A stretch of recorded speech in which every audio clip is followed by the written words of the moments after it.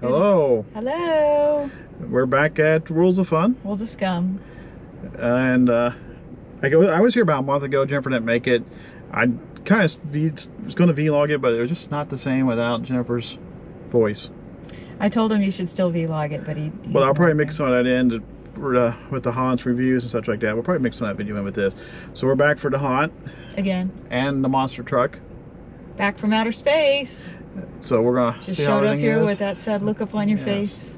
So we're over to Oceans. We're going using their parking lot because it's a lot easier to get out at night. We strongly recommend parking at the Oceans of Fun parking lot. Especially when you leave, it's much easier to get out. And then there's a little walkway, little painted walkway through the parking lot. It's yellow.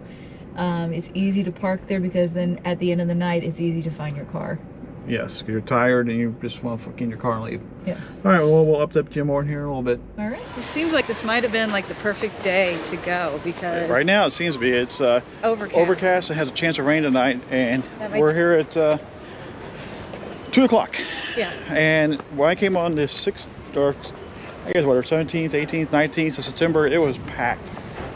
There doesn't seem to be much people, but then again, we're in the ocean, so we'll see. There wasn't a long line of cars going into Worlds of Fun either, though. So. Oh, look, here's one thing we missed. Over here. Oh, Asylum Island? Yeah, that's the old Asylum Island. That's where we... Cocoa Palms. It originally opened as the Cocoa Palms Pavilion, the picnic pavilion. Way over there, you see a truck backing. That was Asylum Island. Then it became Chaos. Then, yeah, when it was downgraded to Chaos, they moved back inside the park. But that was probably the best one out here when it opened. That was awesome. Of course, we worked it and we worked at the opening. We supplied year. like I think 80% of the scare actors for that one. For Ace. We had quite a few. We about 80%. Count the number of people. There's about 15 of them.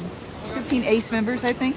Yeah, we have a group photo of all of us, but then one non-Ace member got in it.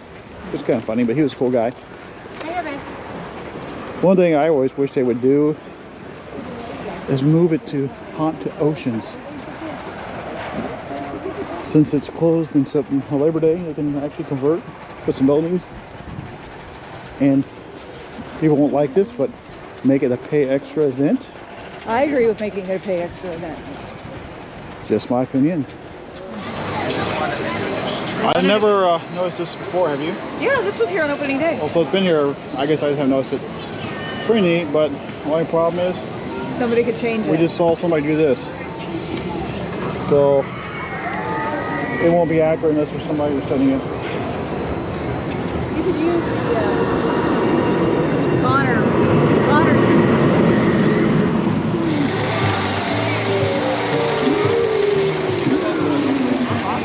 So what you told me though, this is we suggest to eat before you get here because you'll have long lines at all the food locations. We're down by 3-point shot on their food trucks. This is the funnel cake. Because Norma's, for pretty much the entire season, was the only place you could get a funnel cake at the park because they had removed Grandma's to make Cotton Blossom Barbecue.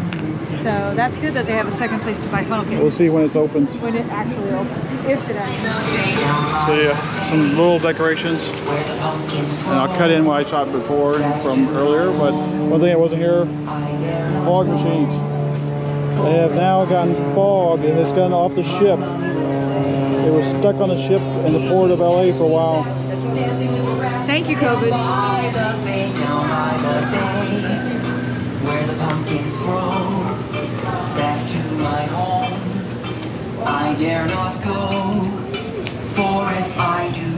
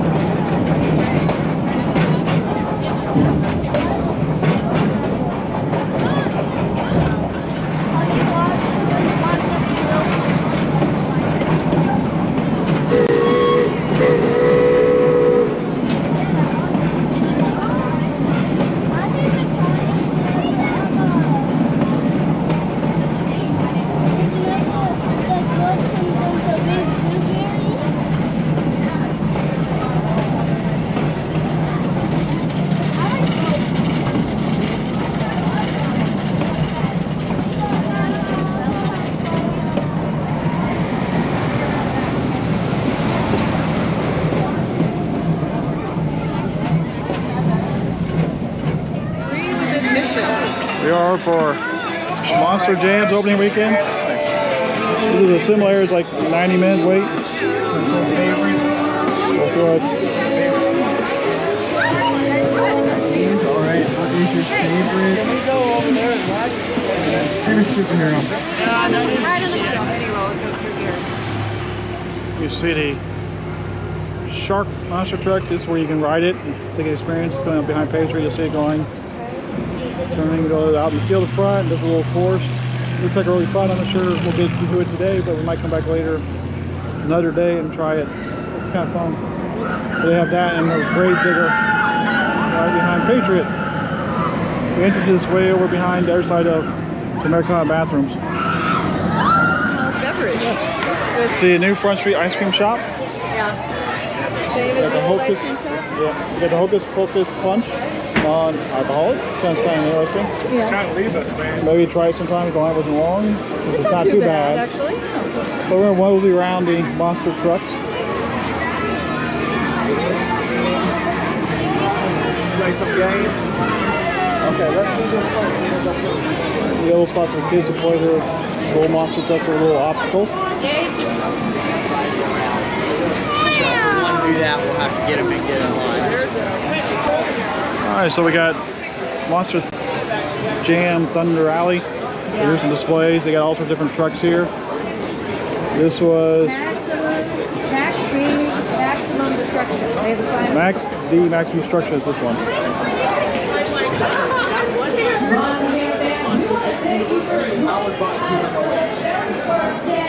And they got these little displays of the truck in action.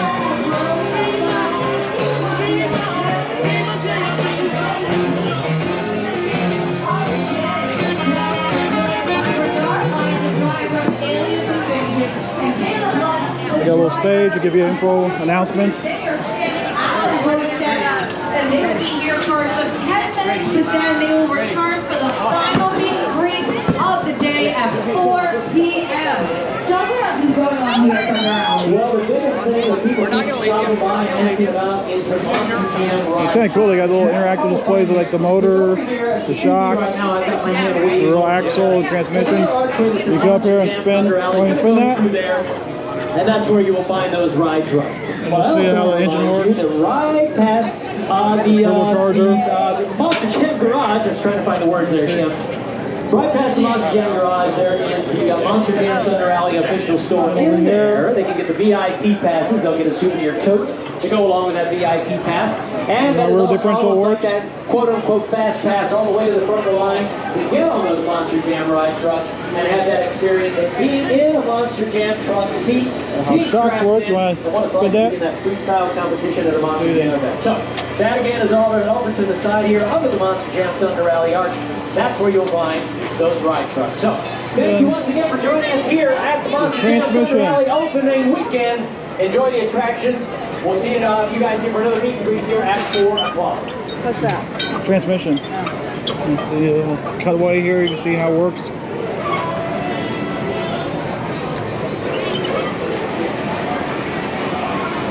Let's see what else they have here.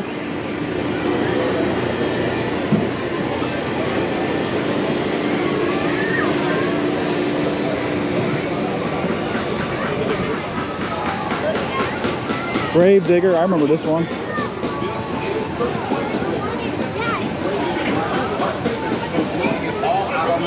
As they seek to bury the competition.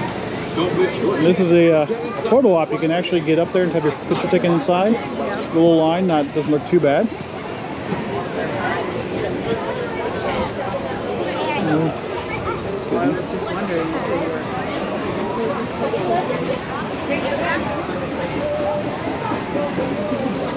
Some kind of haunted one. What is this?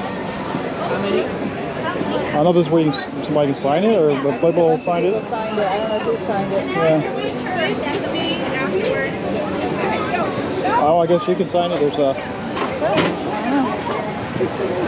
You can see there's markers in there. So, let's move on.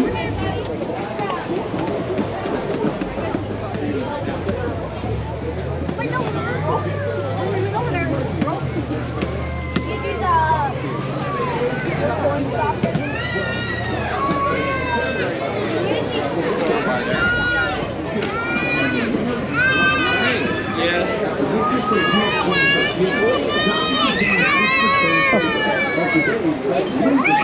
to make a zombie arm for your monster truck if you want to know how. We'll show you because it's right here is the zombie truck. Oh, that's cool.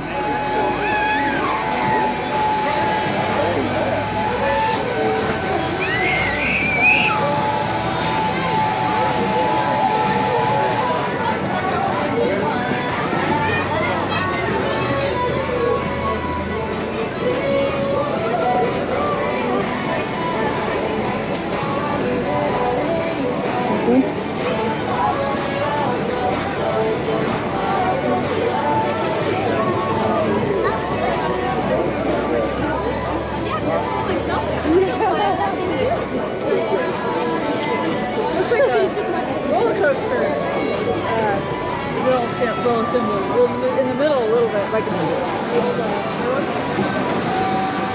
There's a couple truck drivers that will be appearing through this weekend, I guess. I don't know, I guess 5 different ones different weekends. You can find out later. And over here is kind of a cool one we saw last night.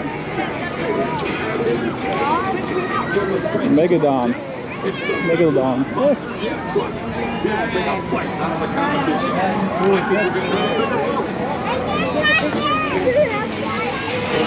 Okay. Get in, Lily.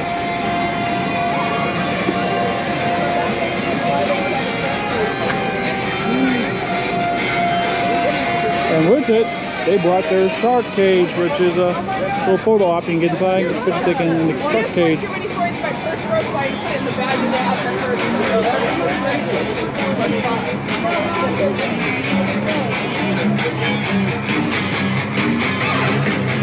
From the prehistoric deep, it's Megalodon. This early supersized ancestor of the great white shark had jaws so big it could have swallowed a Volkswagen Beetle whole. The Megalodon Monster Jam truck, which debuted in 2017, is over 17 feet long. Where are we? we are in Europa. Yeah, we traveled all the way to Europa. Ooh, look, we got a French taxi ride. We got a Dutch boat ride. Lines are getting a little long today. A Full European lawn ornament. It's I don't know what that's called. Closed restaurant. Some nice topiary. It's a bull topiary. That ain't no bull.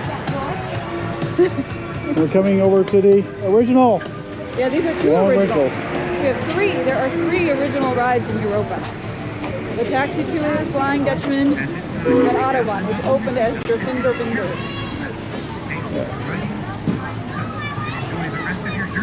So there we go, original. You want to go ride it? You want me to ride it? We go pick up our flight line.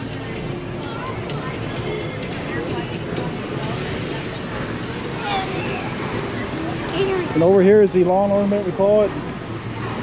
Falcon's Flight. I haven't seen it running with people this year. Yeah, I think it ran one day with people, and that was it. Maybe I should get a hold of Whoosh and get it fixed. Which I don't have high hopes for Whoosh fixing things. By the way, it is Whoosh, not Hut. Whoosh. It looks like Hut, but it's pronounced Whoosh. Dragon leg. Just in time for the hot, they have hot chocolate. Haunt chocolate, not just hot, hot. That's it, hot chocolate. And then you have your spicy dragon's leg, smoked turkey leg with sweet spicy chili sauce, or a candy apple leg, which is smoky turkey leg with sweet apple glaze. And it's starting to get a little, picking up crowds here a little bit. Yeah, just a You can see Patriots out into the walkway down there. I get around the people here and you'll see it. Rather than doing the You mean car? There's a line for it. Of course, that's always my pet peeve, capacity here. Oh yeah, here's the line. Yeah,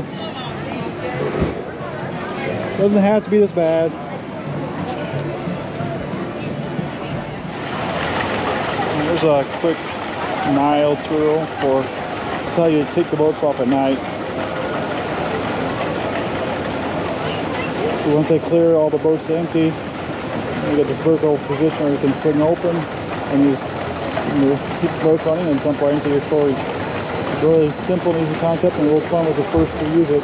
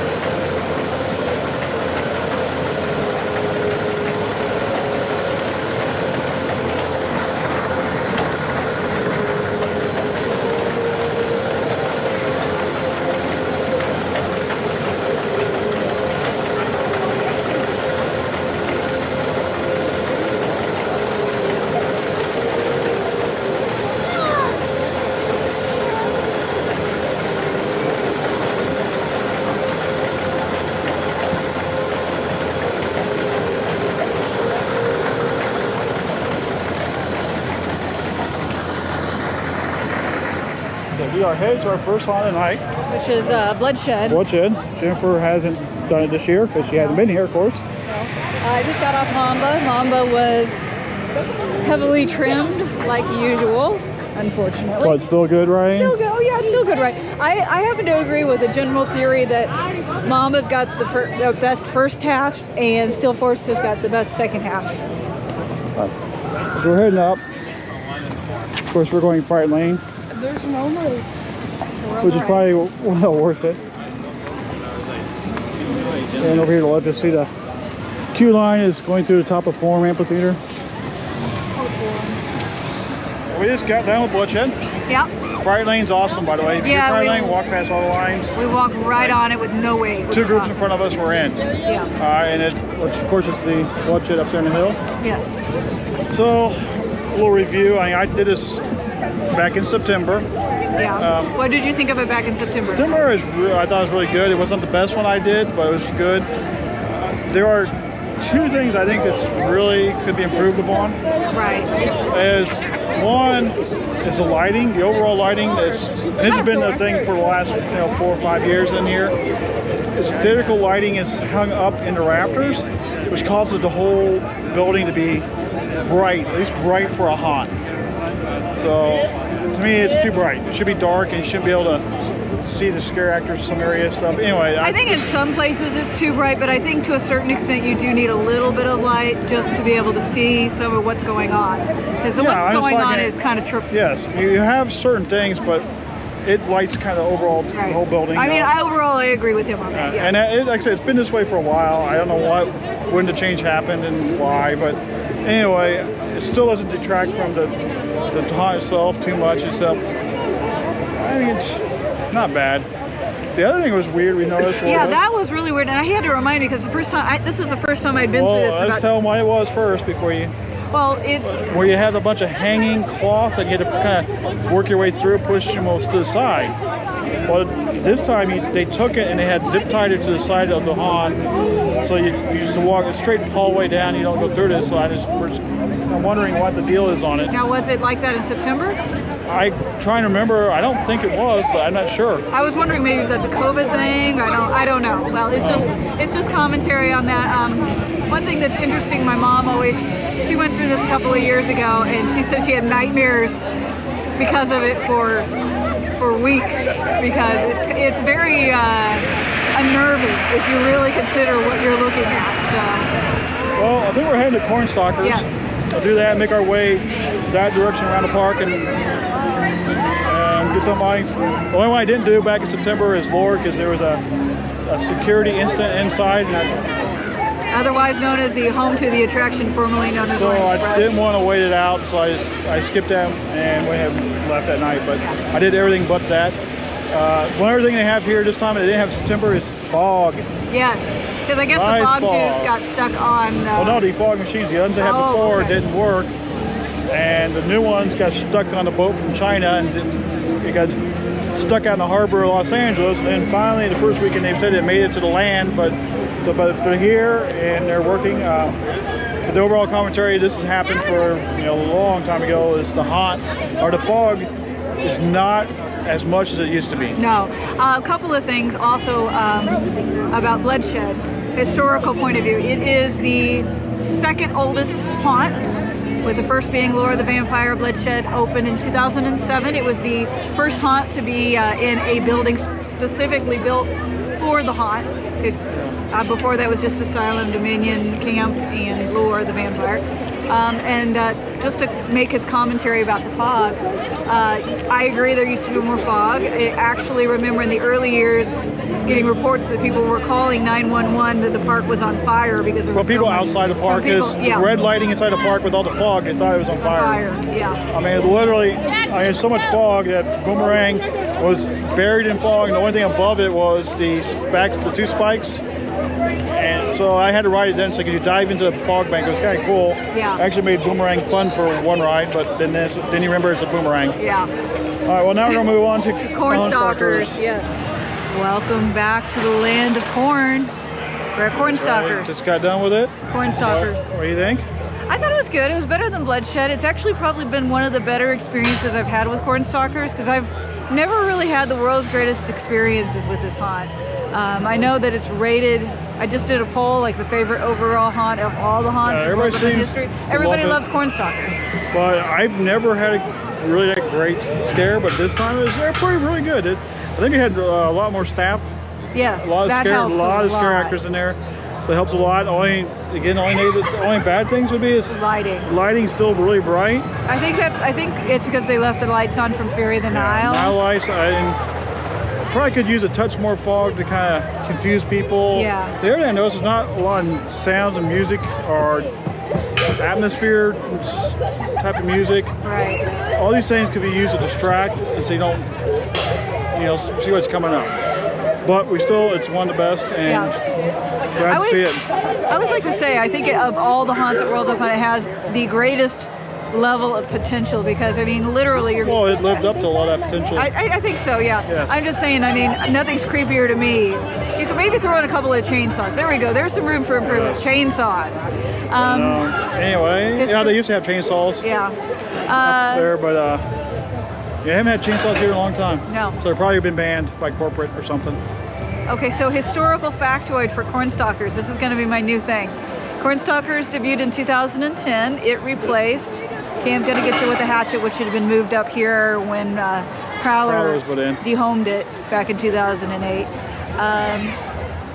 So yeah. All right, well, we're going to move on to, I think, we're going to do the old Dollhouse. Dollhouse. Lizzie Borden's, not Lizzie Wax Borden's. Museum. Wax Museum, yes. So that's next on the list, and we'll get next to kind of go around in order, and we'll let you know how that one is. All right, sounds good. We're at Peter's Pumpkin Eater. Yes. Now we're not doing it tonight. We did it last night, and I did it back in September. Yes. Well, it's really great. It's themed. I mean, it has a great space. This is a much better. It's really large. Well, I like it so much better. It was actually really pretty good on Forum Road. It was probably one of the best ones ever on Forum Road. But this is, I think, actually even better. I think this would be a perfect location to bring Camp Gonna Get You back as a haunt. Well, I'd say it's a great location. It's very, very long. Yes. Which I think is what is bad for it, because I would guess that they have a budget for a certain size, and this exceeded that size. Yeah. I actually did get like one really good startle in it though last night. So they were doing. Yeah, they're really good. They're doing what the best they can. Like I said, it's just a long walk. A lot of stuff between. Teaming is good. Just again, I think it just needs more money to finish it out. Yes, absolutely. So Cedar Fair, give it some more money. Come on. Yes, give it some love. Give Worlds of Fun some love. Yes, quit holding the money. Yes. We just got done with Zombie High. Yeah. Went back to 1884, which is a very, very good year. That was the year Jeff graduated from high school awesome as well. Year. So I did September. Was really, really good. Today was not quite as good as it was then. It's very zombie-rific. Yeah, I think a lot of the issues is there a lot acting. Yes, there's a lot of acting scaring, and not as much scaring. Which people pay to be scared, not to see actors. Yes. Actors you go to movies for. Yes. All right, well, I guess we're moving to Oh, lore. histor- Oh, here comes facts. Yep. Historical fact by Jennifer. Historical facts. by Deep thoughts by Jennifer. Okay, give your historical All right. fact. Anyway, well, I have two historical facts actually. Okay. So Zombie High originated in 2012. And probably one of the most interesting facts about it is that if you notice, the mascot that is repeated throughout the house is the Fighting Beavers, which is actually, it's the Cleaver High Fighting Beavers, which actually originated with the 1985 show Stacks of Wax and was further used also by the Haunted Homecoming show. So this is the third attraction to use that fictional high school and fictional high school mascot. So. Okay, any more deep thoughts from Jennifer? You said you had two, that's one. Deep thoughts by me. Guess that we know. So we're moving on. Vacoma. That's a deep thought. Okay, we're moving on to lore. So we're done with lore, Yes. and It was okay. I mean, there was a lot of acting, a lot more acting here, I think, than in some of the other ones too. And it really, I'm like, I've come to be scared not to be yeah, acted at. I mean, and I think the biggest scare I got was the animated painting on the wall of the lady, and that didn't get you. hit me a little bit. There was a guy in the basement here that was kind of around a corner in the dark corner. Very funny. Yeah. Oh well. I also think it suffers from the brightness in the top floor. Bottom floor is mostly animatronics and stuff like that. There's a few actors. You want to do your tidbit now? Oh yes, okay. Deep thoughts with Jennifer. Deep thoughts by Jennifer. So I think the most obvious, everybody always thinks when they think of Lore of the Vampire for history. First of all, it's actually got two important historical points. Lore of the Vampire, introduced in 2004, which is the oldest existing haunt, is like one of the second haunts to be premiered at the park during Halloween weekends. Yes, right after the clowns. Right after the clowns, which only opened the year before, and then of course it uses the Orient Express station, which is kind of part of the coolness to go through it. And then, you know, there's still footers, you go through the tunnel and everything like that. Yeah. Of course, you know, then there's the history of the modifications, Club Blood, which I think they did in 2008. I need to look that That up. was the bar in the basement where you can actually stop and get drinks. And there's still the sign there, but it says closed indefinitely, Definitely. which is hilarious. So we're out by the exit. Yeah. We'll show you. It's kind of hard to see, actually impossible to see. But if you come out the exit, And look up. you'll see the, how do I say, the right side of the exit is where the train would store for Express. You can see the outline of the wall there. And you can see where the train used to come into the station. Yeah, you And can see in where the fact- train is stationed. And in fact, when you walk through the haunt, you can where little bridges go to open areas, that's going over where the train would go through. Right. All right, on to our next view. We don't know what we're doing yet, but we'll let you know. We're gonna go walk by a couple, and we'll let you know. All right. So. Are we good done with Chamber? Chamber of Horrors under new management. Well, we were worried about the first part because we went through the first section. There was nothing there. One actor, the old Zinger station is one actor. Got into the second part, and it has much improved. Better, yeah. I'm almost at the end. Somebody e-stopped it, but if they e-stop it, just stop where you're at. They'll come through and they'll reset it and go on, just so you know. Yes. But it was much better than the first half. So I rank it pretty high. I actually did a pretty good job. Yes. I think we were saying maybe around the second or third. Third place. I have to kind of review all the different ones that I went through. I would have to say probably so far, Stalkers. Number one. Is your number well, one? that's going to be number one because that's all we've done. We're done. Yeah. I mean, we're not going to go through the We're not? Ripper Alley and Put Them By You because we did those last night. Okay. You say where it's by Boomerang. Yes. Any deep thoughts by Jennifer on this one? This was pretty obvious. Well, I mean, it's been through so many different. This like. Well, one interesting fact is that the Wax Museum and all the melting figures. Well, one winter this building actually did catch fire. Right. So let's kind of play on that. Right. Now, obviously, the first half of the house is because of it's the Q house for Zambezi Singer, and you can still see on the floor where all the handrails were cut off for the Q line, and then of course it actually opened as Dollhouse. Dollhouse, Master McCarthy's Dollhouse. Was it back in 2008, I think? I'm not sure when. Yeah, and then it never really worked really well as a dollhouse, and then it became Miss Well, I kind of had Lizzie's. some fun spots. Like, remember the music? They kind of. Well, the best part was when you walked in and it had It's a Small World. It had It's a Small World. It kind of warped and stuff, like its tape was bad. Yeah. But then it had a little conveyor belt of parts. I always thought that was kind of cool going through it. And the little Barbie stuck to the wall. And the only other interesting is the building, the second building you're in, is actually about where the lift was for Singer. Yeah, the second building. Yeah. Yeah. Well, we're pretty much done for tonight. Okay, do you want to talk about, oh, also an important point is we did want to go see the Cryptics, the 10 p.m. show, but the 10 p.m. show was canceled, I guess because the stage was wet and it was Yeah, it's kind of misting a little bit, so the stage was wet. They didn't want to slip and fall. Yeah. But I mean, they had the Tivoli. If they would have maybe kept it inside, but I know COVID, blah, blah, blah. All right. Nice review, and we'll be back at, I think, closing weekend. We'll try to. November, yeah. November 21st, I think it is. Yeah. And then we're going to try to get right on the monster truck. Oh, yeah, we definitely should do that. It looks kind of cool. Yes. Well, we have a little addendum. Yes. We decided, or Jennifer decided. To go do Blood on the Bayou again, because we did it last night. And it was fun, but there really wasn't any, scares last night. But I did it today, and I got actually probably at least a couple of startles. One really good one, admittedly. So that was really... A little better fog use today. Yes. So I'd probably say it's between it and Corn Stalkers. I still have to think of which one I like better tonight. Corn Stalkers. Corn Stalkers? Okay, Corn Stalkers. You can go with Corn Stalkers. All right. Well, now I think we're going. Yeah, now I think we're going to be going. So we'll hopefully see you guys back in November. Or you'll see us back in November.